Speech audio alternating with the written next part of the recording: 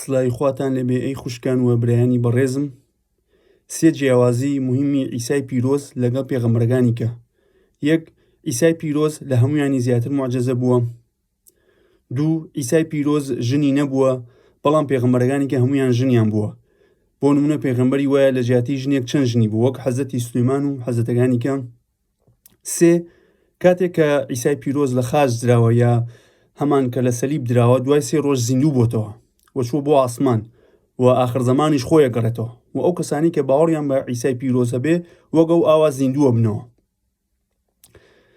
جادی هەر کەس هەر پرسیارێکی مەسیحی هەبوو من لە خزمەتیانم، ئەگەر لە کۆمنتیش نەتەن لە ڕووتانڵات بینوسن ئەتوان لە دایرەکدا پەیوەندیم پێوە بگرن.